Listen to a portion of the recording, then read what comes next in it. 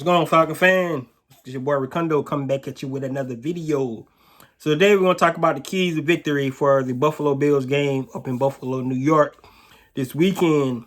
First of all, I'd like to say Happy New Year's to everybody. Hope everybody is going to go in the new year looking for great, better things to come for all of us. Be safe out there. And please, guys, go ahead and subscribe to the channel. Please hit the like button. Please hit notification bell so you guys know when I drop another video. Please hit the share button as well so my videos can go through the YouTube universe. Today I'm going to talk about the keys. Then I'm going to talk about a conversation I had with another Falcon fan about where they think the direction of the team should go in the future. Even though it's not end of the season yet, I just want to talk about this because me and this guy went back and forth on the chat that we had, going back and forth about what they think the future should be. My opinion is my opinion, his opinion. End of the day, it's going to be the Atlanta Falcons, the front office opinion, what they think about the team moving forward. But I'm just going to give my input, what my insights are, and what I think the team should be doing moving forward after this season, no matter what happens. All right. So before we get in the video, like we said before, freaking the Falcons are in the playoff hunt still. Of course, they need other teams to fail. I mean, that's just the way the cookie crumbled because we didn't handle our business 2 weeks ago against the San Francisco 49ers. But either way, we're still in the hunt. We still have a slim chance to win, but we need to do our part and win out. That's really the only way we're going to get in, if we win out. So let's see if these guys can make it happen. Any given Sunday, we are like a 14-point underdog against the Buffalo Bills this weekend. But at the same time, you never know what's going to happen. All right. So first of all, like you guys, you know how I do. I go offense, I go defense, and then I go special teams. All right. So let's go ahead and start with offense. For me, the offense is going to be simple. Buffalo Bills got one of the best defenses in the league. The number one ranked defense, especially in passing. So it's going to be important for these guys to establish the running game.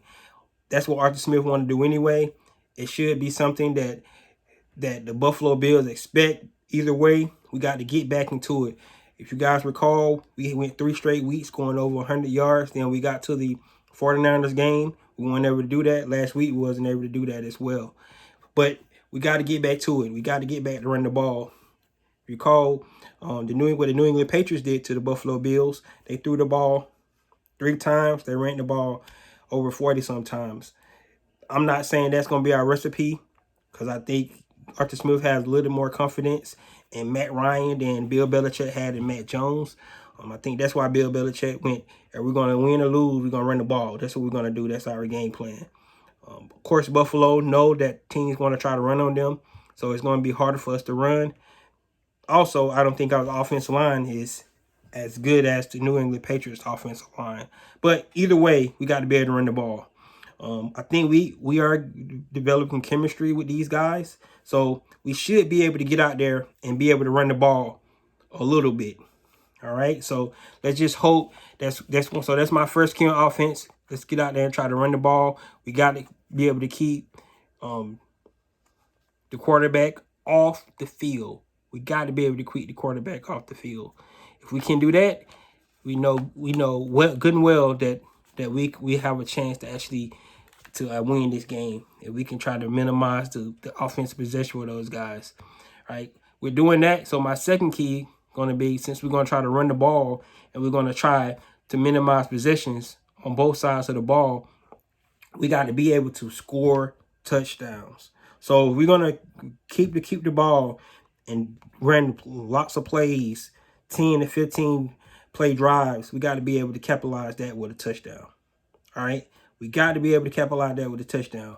We want to make sure that Josh Allen stays on the sideline, and we want to put pressure on him. So every possession that they get, we put touchdowns on the board. Every possession they get, that's the pressure for him to have to score a touchdown as well. So that's the whole idea of maintaining the ball on offense and time possession. And then we do get in the red zone, be able to put the ball in the end zone. If you guys recall, San Francisco game, 1 for 5 in the red zone. we could have actually scored some of those touchdowns, we probably would have had a better chance to win that game. So we got to be able to capitalize in the red zone. And then the third thing is third down. Third down. So if you look at my keys for offense, they all kind of tie in together. You got to be able to run the ball. You got to be able to put points on the board. But to keep that time possession, you got to be able to be successful on third down. Third down is one of the biggest keys in the game plan for any team on offense and defense. Third down is the money down.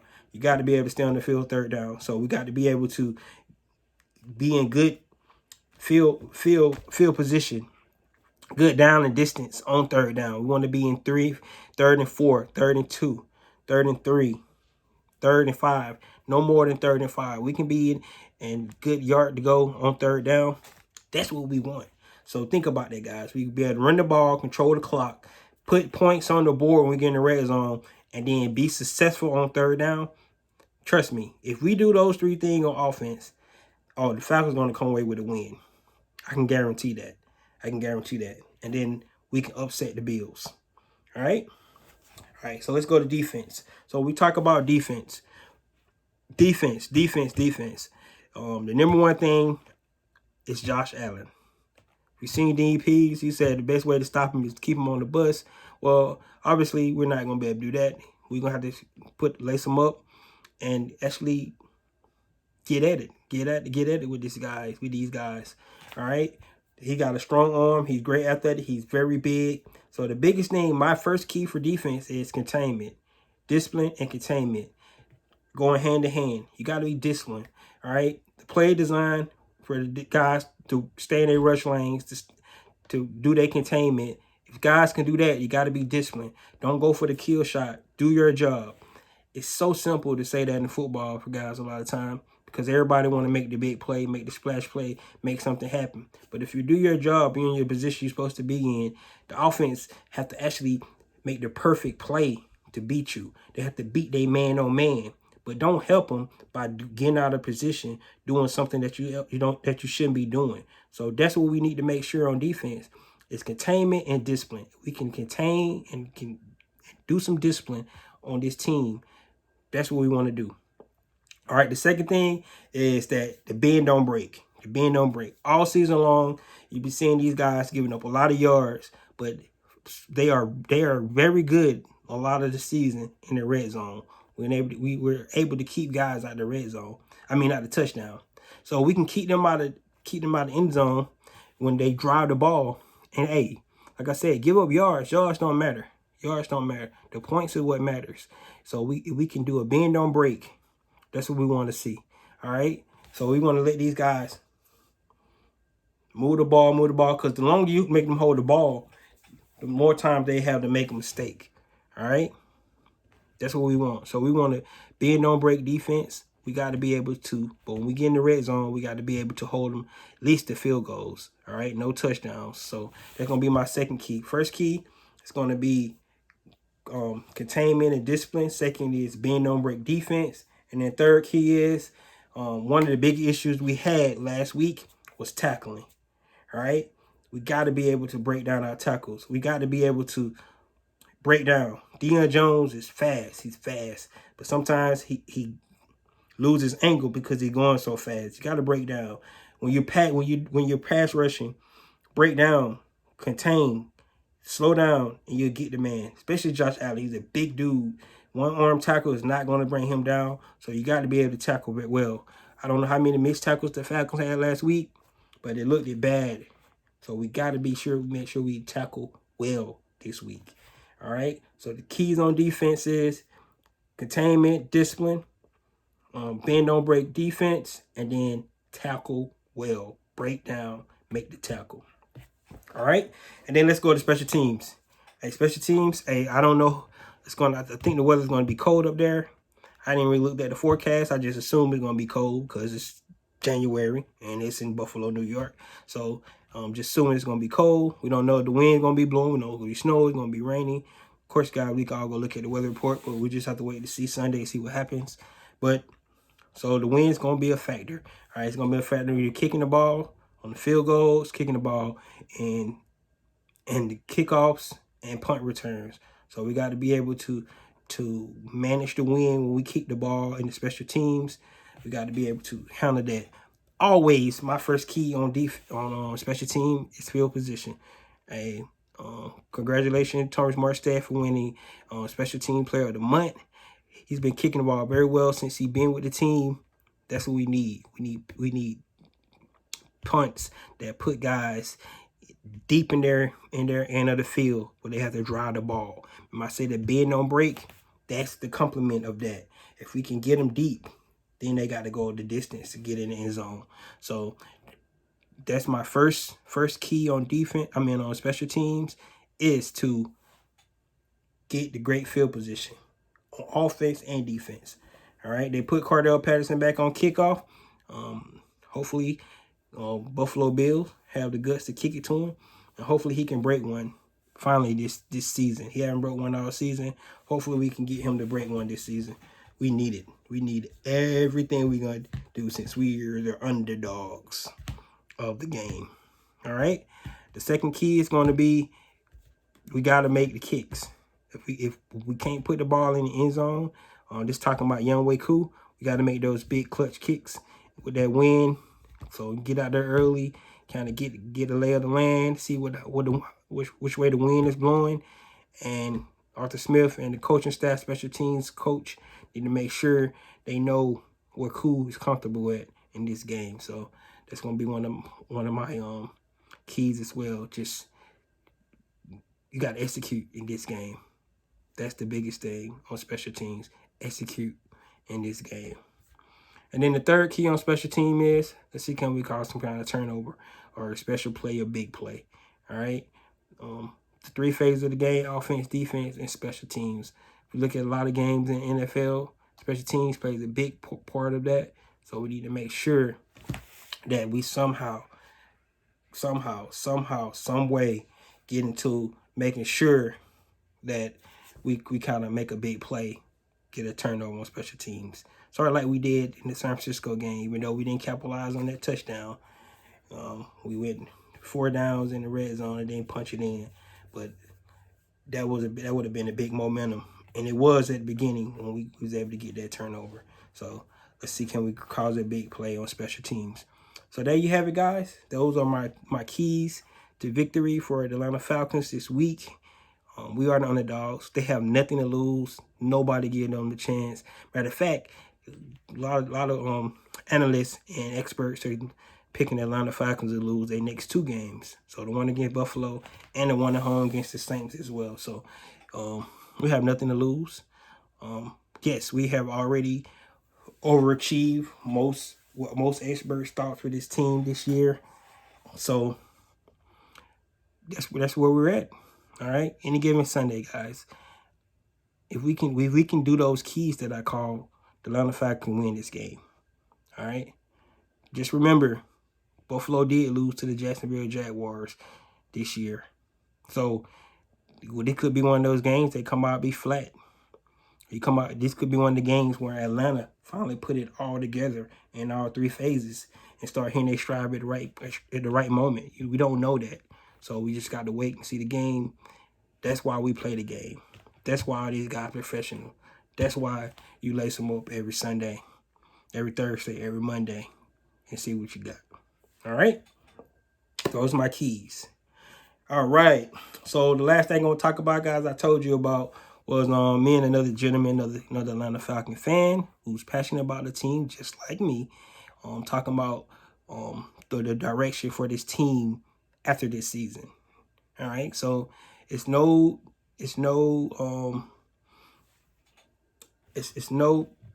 nobody understands more than any of us how long our salary cap has been a thorn for us for all these seasons. All right, ever since probably 2018, the salary cap was going to be a problem. All right, our franchise quarterback has restructured his contract 3 years in a row to make room for the salary cap. All right, which means making him the highest paid quarterback hit for the next year coming up, 2022. All right. So, just to give you guys the direction that me and the gentleman was talking about, his thought was we had to trade and move away from Matt Ryan. All right. He felt like 14 years was enough. It was time to go ahead and make a change, and go in a different direction. All right. Basically a total rebuild. Go get us a quarterback and build around a new young quarterback. That's what his vision. Hey, and like I said, guys, either way, we want to see the Falcons succeed. All right. But that was his vision.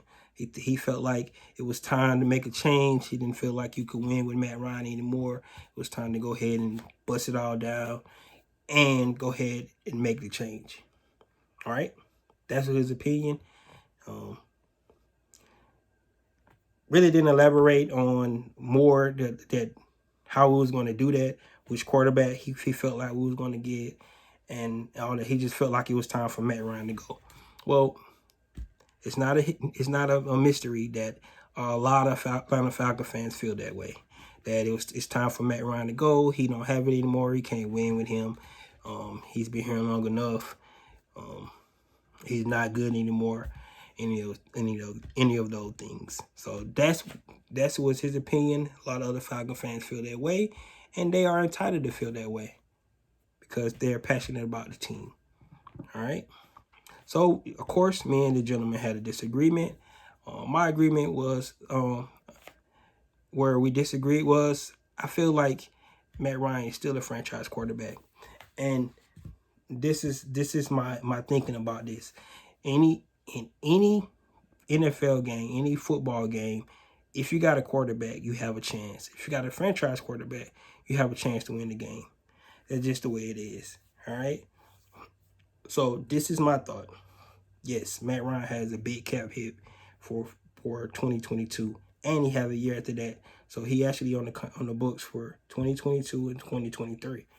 All right.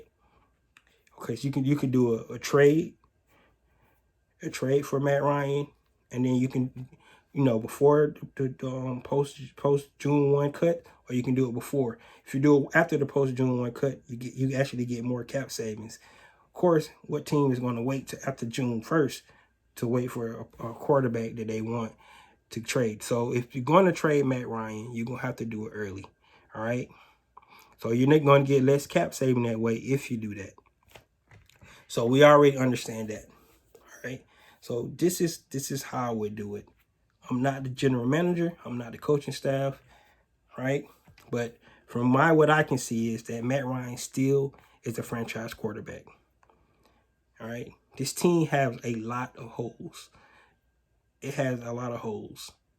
Getting a young quarterback in will not fix the holes. So this is my philosophy. I feel like Matt Ryan has to get an extension, a 2-year extension.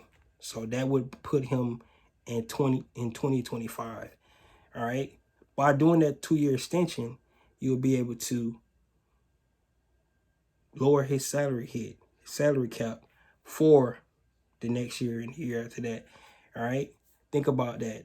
If you give him extension, that means he got 4 years left, right? That'll put Matt Ryan at about 40-year-old quarterback. Listen to what I'm saying. So if you do it this way, and then you put some out years out there to kind of bring their salary out, all right, then you can fill the holes that you need to fill. All right. We got issues with our offensive line. We got issues with our defensive line. We got issues at our defensive backs. We need a running back. We need receivers. We have so many holes. But if you don't have a franchise quarterback, it doesn't matter about all those other positions. All right. You can look around other teams. Teams been trying to find a franchise quarterback for all these years. They keep going out. They keep trying to pick the guy. You're not 100% sure on the guy. Just because he looked good in college don't mean it's going to translate into the NFL. So basically, you're taking a chance. But if you have a franchise quarterback in place that can still play, you try to hold on to that franchise quarterback as long as you can.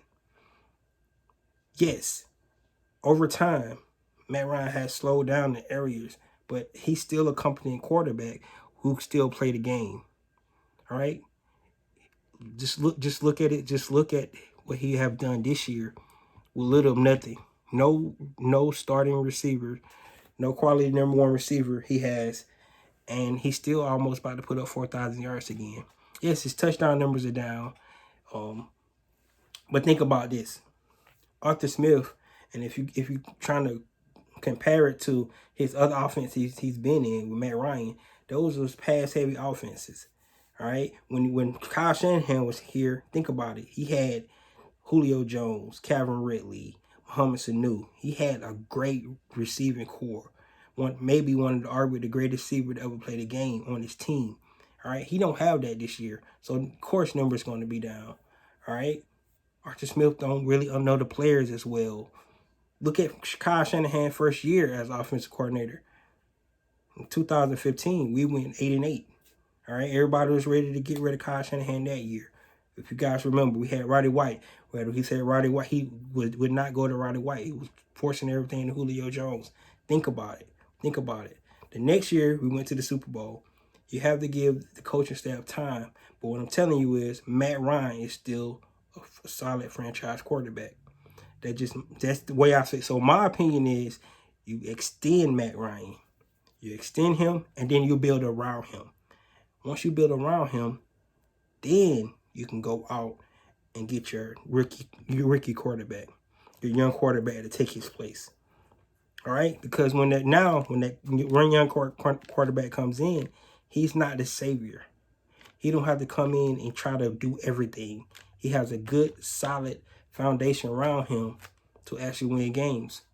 Sort of like what Matt Ryan had when he came in 2008, when they relied heavy on Michael Turner to run the ball. Good, solid defense. In the first year, we went to the playoffs against the Arizona Cardinals. Everybody can remember that. Then in 2010, they went and got him a weapon. They went and got Mr. Julio Jones. Guys remember that. Then, 2 years later, we was in the NFC Championship game. All right? That's how we got to do it. We have to build around our franchise quarterback right now. Yes, Matt Ryan. Build around him. Put the pieces in place. Go out and get your young quarterback so when he do take over up on the center, you have a good, solid team around him. We already got the reliable tight end that he can be counted on for years. We go get some reliable receivers to put around him. Fortify the offensive line. Fortify the defensive line. Get some good, solid players in the secondary to help A.J. Terrell. Trust me, guys. That's my vision. That's the way I think we should build this team. However, I'm not the general manager. I'm not the coach. That's just the way I think I should build a team. Because I think that when you have a franchise quarterback, and once again, think about it. If you have a franchise quarterback, why are you going to get rid of the franchise quarterback? This is what baffles me. All these people coming out here talking about trading to this team, trading to this team. They're just a quarterback away. They're just a quarterback away. Why, if Matt Ryan is good enough for the Pittsburgh Steelers, good enough for the Denver Broncos, but he's not good enough for the Atlanta Falcons? I don't understand that. Because if he's the franchise quarterback to fill those holes for those guys, why we can't use him and build around him to help us be successful as well? So, guys want to trade Matt Ryan, and hopefully they get a first and second round pick. If he's good enough to get a first and second round pick, that means he's good enough to stay with us. That means other teams want him. Other teams see how successful he could be, and they want to put him with their franchise because they think he can help them win. But we don't want to keep him in our franchise because we don't think it don't make sense to me. If he's washed up, he's no good, he can't play anymore, why would other teams trade for him? Somebody please explain that to me. If he's washed up, he can't play anymore, why would somebody give up a first round? Why would somebody give up a second round pick for a washed up quarterback who can't play no more. That if he goes to that team probably can make a deep playoff run and win the Super Bowl. Those people saying he'll be a good fit at Pittsburgh. He'll be a good fit in Denver. They're just a quarterback away from being a great team. But we have the quarterback in our hands, and we're going to get rid of him for an unknown commodity quarterback that we have no idea is going to be successful in the NFL. When we know we got 14 years of evidence that this guy can play in NFL. Until he don't have it anymore, why are we going to get rid of our franchise quarterback? I just don't understand that. That's my philosophy. You guys don't have to agree with it. But we do know this. Young quarterbacks take time. It takes time for young quarterbacks to develop. How long do Arthur Smith and Terry Fontenot have before they be out the door? If they was going to take a quarterback, they should have did it this year. This was the time to take him. I think they tied their hands, and now what they're saying, what they seen on film, what I seen on film, that Matt Ryan can still play quarterback and we can build around him. Then, in the future, maybe this year, go draft you a young quarterback and let him sit behind Matt Ryan. But that's the way I feel about it, guys. I think that we have so many holes that the quarterback is not the issue. The quarterback is not the issue. These guys did great this year. Think about it. Mostly all our rookies are playing, so they're getting all that experience. We're going to have one of the youngest team in the league, and we're going to be building up. We already got 7 wins. It's 3 more than we had last year. And a lot of people saying that it's not the roster is not as bad as it. The roster is not as good. And why I say that, because these guys all on 1-year contracts, learning a new scheme on both offense and defense. And you telling me that you're not impressed by these guys winning 7 games. It don't matter who they played. It doesn't matter who they played. Yes, they win against teams that suck. That means they ain't worse than those teams. The teams that got the young quarterbacks, that you guys want to have a young quarterback. We beat the teams that had rookie quarterbacks. That's what we were supposed to do. So, guys, that's just my opinion. You guys let me know what you think about that. Let me know if you guys feel like I feel, that we keep our franchise quarterback, we extend him. Maybe, like I said, a 2-year contract. All right? 2-year contract. At least to lower the salary cap, but we can give us some breathing room to go out and get some solid free agents, sign our rookie draft class, maybe keep 4-year-old Olakun, maybe extend Grady as well. We can build around the nucleus of our team and get these young guys, bring them in, build a team through the draft, and let's see where we go with our franchise quarterback intact that can still play. That's my opinion. You guys let me know what you think. Hey, we're gonna have lots of more discussions later on this off season. Whenever the season ends, hopefully it don't end until after the playoffs. But if it ends in 2 weeks in our last game against the Saints, oh well, we'll get into it. We'll start talking about draft picks. We'll start talking about more about this. What they're gonna do with Fourier, Deion Jones, Grady Jarrett, Dante Fowler coming back. What's gonna happen with Kevin Ridley? So many holes. We're gonna think about bringing back Eric Harris, Deron Harmon,